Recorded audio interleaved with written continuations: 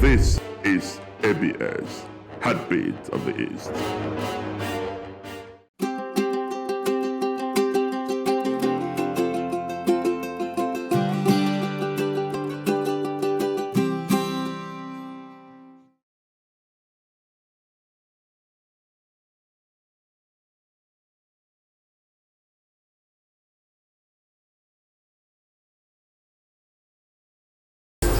And the body, I assume no.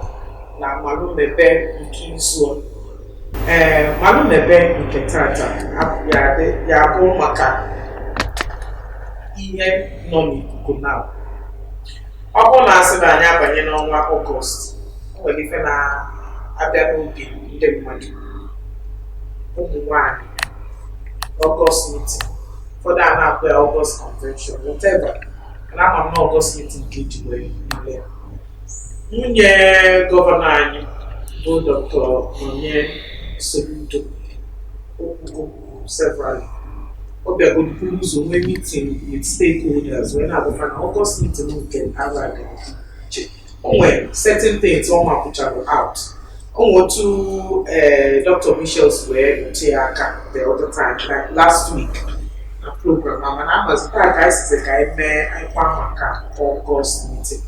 When I saw no Nanketata, I am working Neka in effect. Only Munia Debano, a program of Dr. Michel on the Guru, no Pazeva, Michel can end the buying. The buying, we do Michel Liga doesn't even work on the Aina who work in the studio. Ndị na-afụ anyị n'onyonyo ọ ga-afụ na studio juru eju ụmụ nwaanyị Anambra steeti bịara ka anyị kwue maka August meeting 2022 ka esi wee razie ruo n'abalị anyị na ife ndị ọzọ ga mana onye ka nọ m nso bụ Ezinne Ifechukwu Ọkpala ọ bụ onye isi ndị ụmụ nwaanyị na-adazi enyi Ezinne kene ndị na-ere anyị. Good morning. Onye na-esote bụ Lady Lucy Chinemelu, ọ bụ community woman leader ndị Nnewi na Anịọcha local government. Lady kene ndị na-aga onye nọ na njedebe bụ Honorable Amaka Ezike. Amaka Ezike bụ onye amị na Nnewi South local government. Amaka kene ndị na-aga ndị anyị daalụ n'o ha mmekọ dị aka anyị n'ụbọchị nke taa anyị na-asị unu nnọọ na Malumebe nke taa ka m bido I'm not going to be specific onye ọ bịara n'obi ọza kedu ife o ji wee bụrụ n'oge niile every year na na-enwe meeting ụmụ nwaanyị a na-akpọ August. Tụgharịa ya na ebe ọ dị na asị why August meeting? Onwego uru ọba, onwego ife ọmụpụta. But then in essence, why August meeting?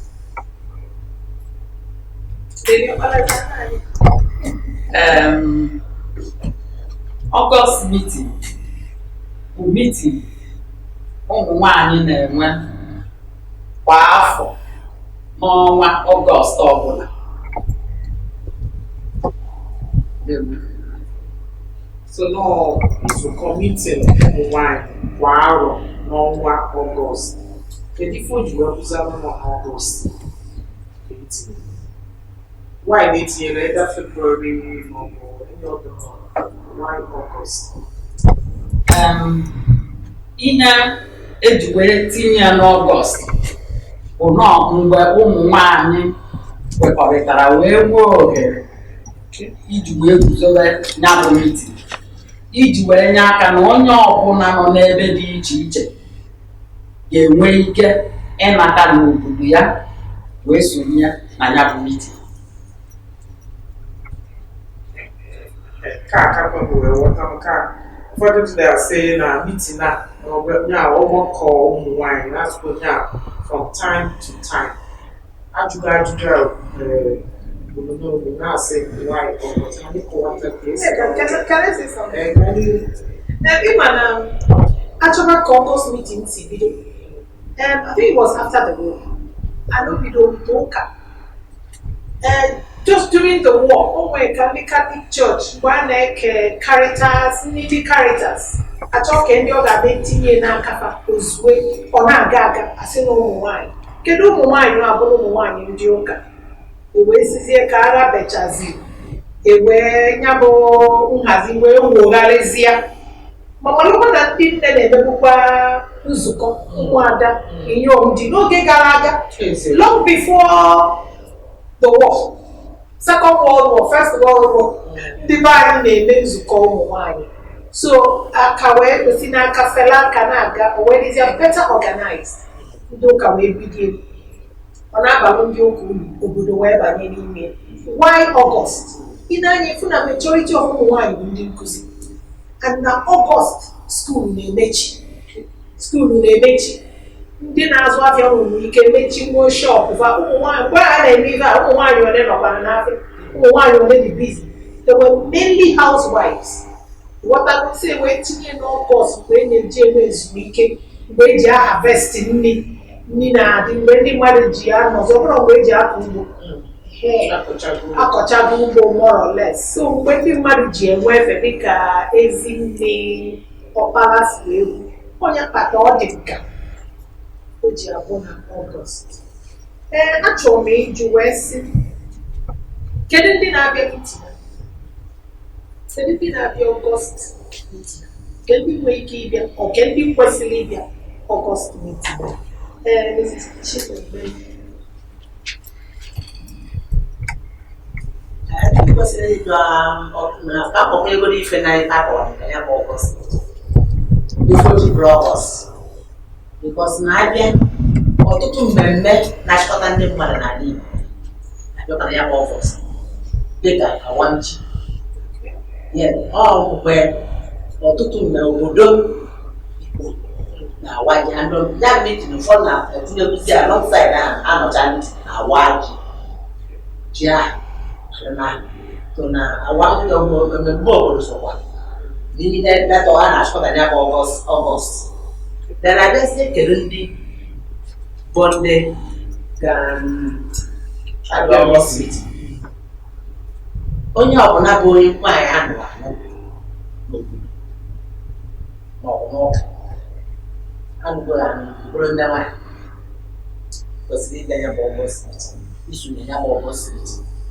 Then o nwekwazị ka esi ma ọ bụrụ na nwaanyị nọdụ na be nne ya na ọlụrọ di ruo ogo ife a na-akpọ nne nwanyị na nwere ezi bebiasị iruo 40 years na ọgụ arụ na-akpọ ka a na-akpọ ya 40 years na ị kwesịrị isonye ndị nne so ụdị ndị na-eto ara nọkwa ka kwesịrị isonye ya bụ Ọgọst meeting maka na a na-ama afọ efe nkụzi gbasaziri ndị nne na nke a na mgbe na ọnọdụ ụmụ nwaanyị so na olugo 40 years ekwesịgo ịzara isonye. Njikwa otu anyị si wee kọwa ya mana o nwere ndị ụmụ nwaanyị a na-akwa na-adị eju ụka ha nwere ịmana ebe freedom of worship. Such ụmụ nwaanyị a ga-esonyekwa na Ọgọst meeting ka ọ dịkwa ya sọsọ ndị ụmụ nwaanyị na-eje ụka. Ọgọst meeting dịkwara ụzọ n'afọ. Ọgọst meeting ka a na-afọ akwado ya n'obodo dị iche iche. Ọgọst meeting nwere nke a na-akpọ obodo na ụka. Na obodo ahụ bụ ụka dị iche iche maka na ịmara akụkọ ụka ya emebe ụka mana ụka erika ndị nọfa na-eme nke ha mana ndị agbụrụ ndị anụrụ n'afọ nke ụka nọ n'obodo n'ụka abanye ncha nwaanyị ọbụla ga-ezote. Tolo abịa na akwụkwọ meeting obodo ọbụla kịta a na-anọ n'ụka that is ndị ụka na ndị agbụrụ ndị ụka ma ndị ụka dị ọrụ dị iche iche ji anọkọta ọrụ akpọ ya obodo n'ụka. So ọ bụrụ iwu nọọsụ nke ndị ụka ya na abịazi ụbọchị nke ndị ụka nwere n'onwefa ibe ebe a nọ ndị na-aka ụka ahụ ka ị ga-akụ nke na nke ụka. Dr. Michel, ịma na izuụka nke gara aga ọ nwetịsịrị aka na mitin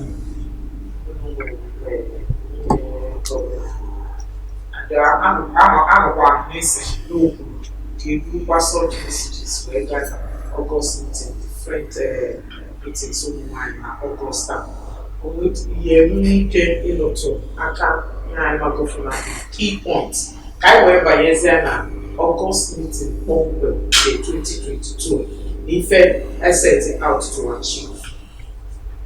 Kada n'izuụka gara aga ha abịa m ebe a wee kwee maka nzukọ anyị na nwunye gọvanọ anyị nwere n'ozi eziri ka ezie ụmụ nwanyị ndị Anambra steeti o wee sị ka anyị nachiga na ugbo ochie ka esi akọ ugbo gboo ekwejiro fertilizer akọ mgbe ọ bụ na nwaanyị ọbụla ga-enwe ugbo azụ ụlọ ọ ga-agba wee ka ọ dị jee na azụ ụlọ gị kpata ụfọdụ ife mmepụnata obere nri rie ka o wee nye gị ndụ.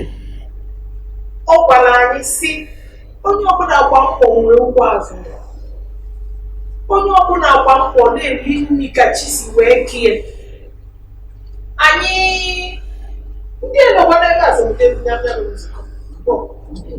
ọgwụgwụ lotere ego ụkwụkwa ebe ụkwakwanekwa ụkwụkwa maka ịkpachapụrụ ụmụaka anya maka na o nwere ụmụaka emegidere anyị fụkwa na lọji ya na fa onye fani ya na fa kpaa nkata ọ na-ekwukwa onye ọbụla fụrụ ebe a na-emegide nwatakịrị biko ya kwupụte maka na akwara ofe nwatakịrị afọ ga-abụ echi wee baalụ obodo olu.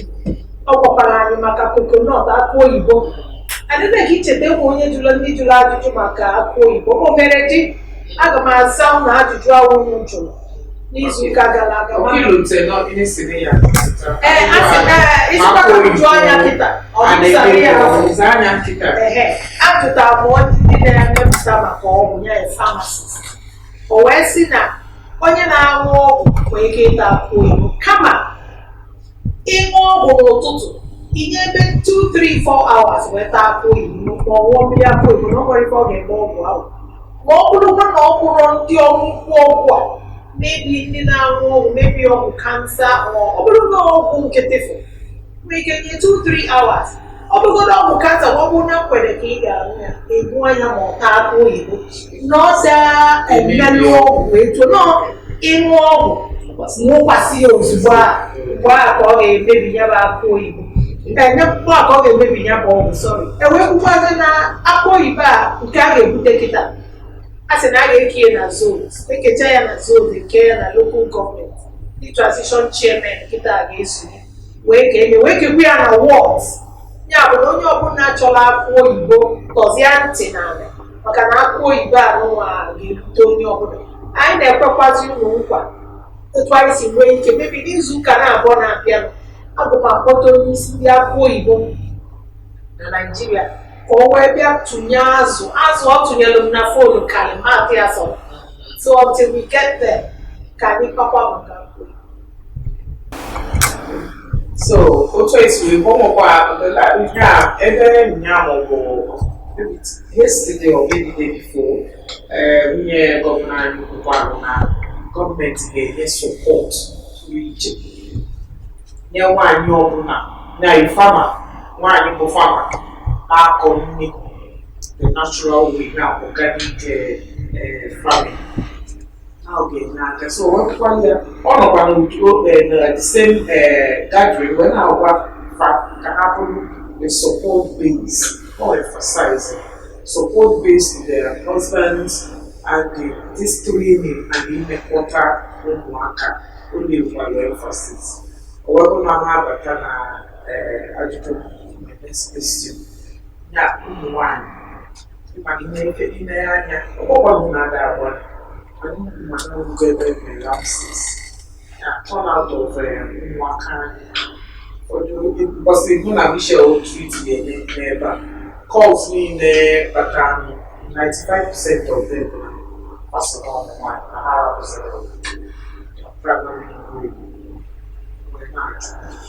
na August meeting na na-etinyekwana ya na agenda n'oge esokwa ihe a ga-etinyekwa ọnụ lụtụsịa aka maka really our family unit na that side ọ wee kọma dịkasị ya.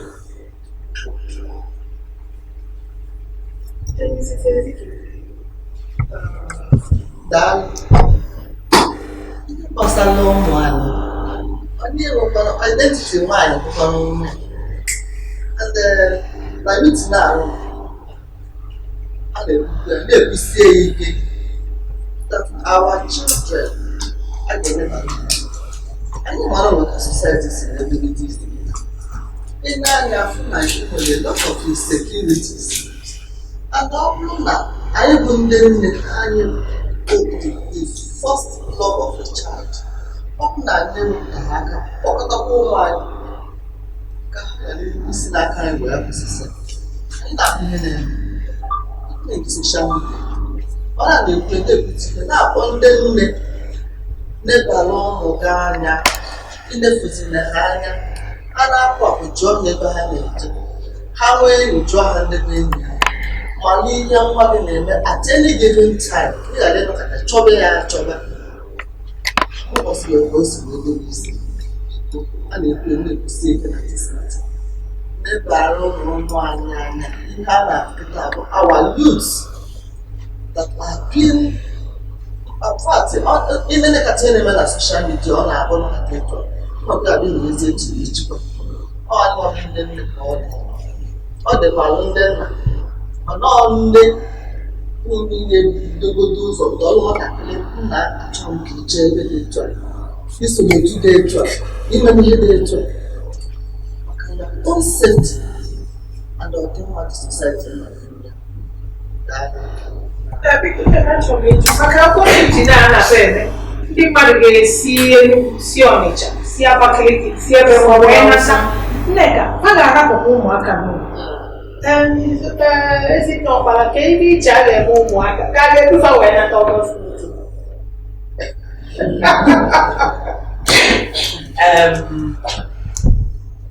amadufa wee nata ụfọdụ na-edu ma ọ bụrụ ma nwa n'ọkapụ nwa n'aka ma ọ bụ na ụmụaka maka bịara mfe and onwero onye gbasịrị ike nwee ike imedo mfe anya ndị nne na-ebufe anata wee nọrọ na pefe ọ nwekwara ndị na-adị ebu anata mana ọ bụrụ na abịa na ya bụ Ọgọst meeting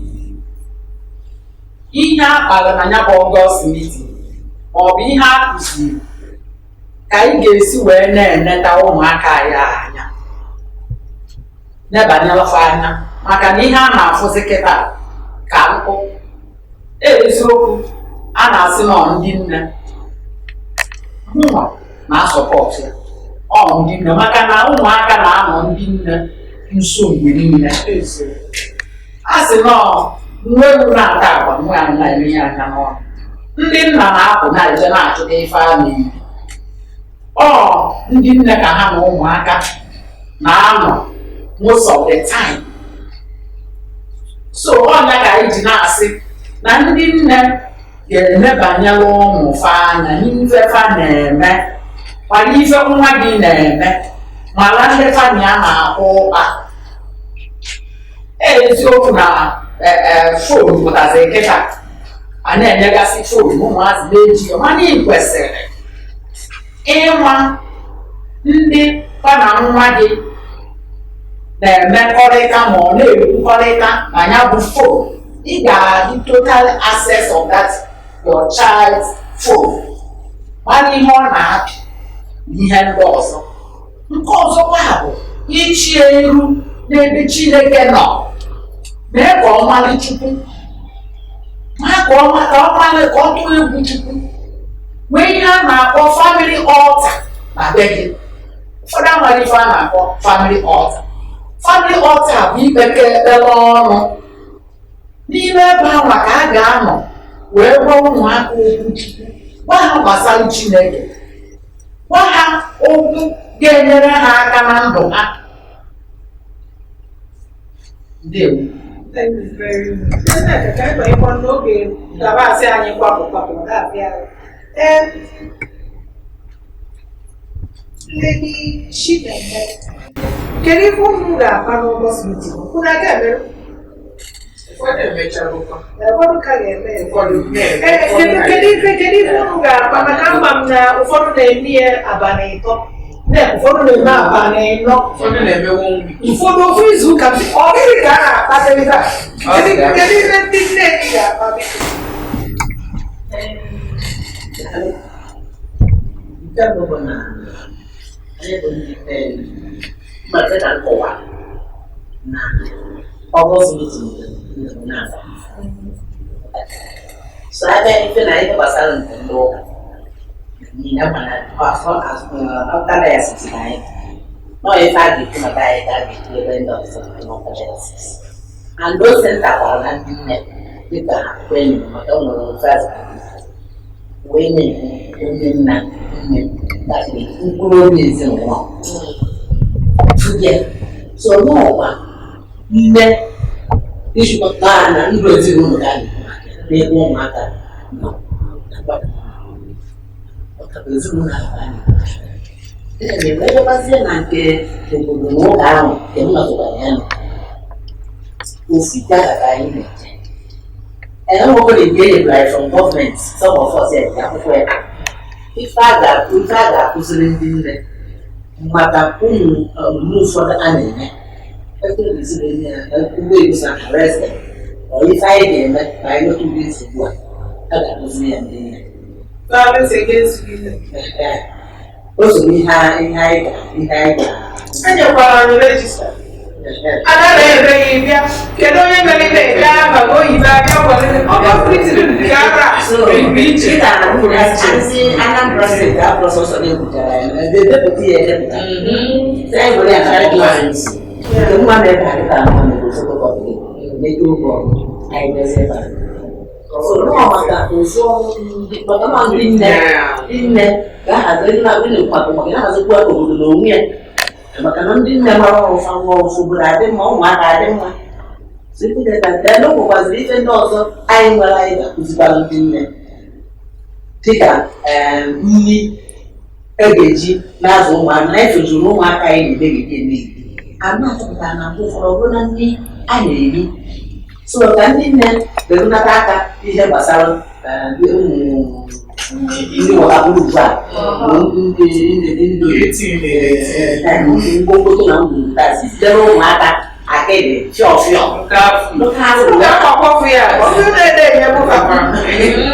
ụkpaka gaba n'ofe ogiri apụtere ma ụmụ ọtụtụ ife ndị a goro fresh maka ya pụta ya gwabịchara ya ọ ịzọ ya gaba ndị nne maka na ụmụaka erilokwa ezigbo nri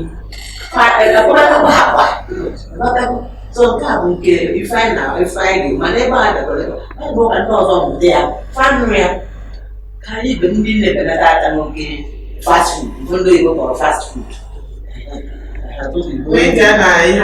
abịa na akamụ gwa ụka anyị kwuru si disemba ụmụ ofe a na-eji akụchita na igwe gbọrọ agbọrọ ga-agbanye mmiri ọkụ si kwuru ndị nne o were ya bịakwu ka esi aba eme akamụ dawa n'isi ewere ọ gara doro maka ndị ya ha responsible ịkpata nke amaka nke gị maka ọya ime ezigbo akamụ ụmụaka ga-anụ efu ka ahụ ga-ezigbo ya na ịchọkwa tinye jinja flavor n'ọbụla flavor ị chọrọ tinye n'ime oyibo mana you have to what ihe anyị na-akụ ya ọkwa ifu breastfeed maka onye nwapụ foundation azịkwa n'ife a ga-akụzi ụfọdụ adịghị na-afọ akabe wee mụta importance of exclusively feeding their babies ma even after that 6 months a na-ekwu ka ha nye ụmụfe for 1 year or even 2 years more than 62 years ụfọdụ ga-asị na na family na alafa ga-ada ịchọrọ ya ọ gị na-ekwe shọt niile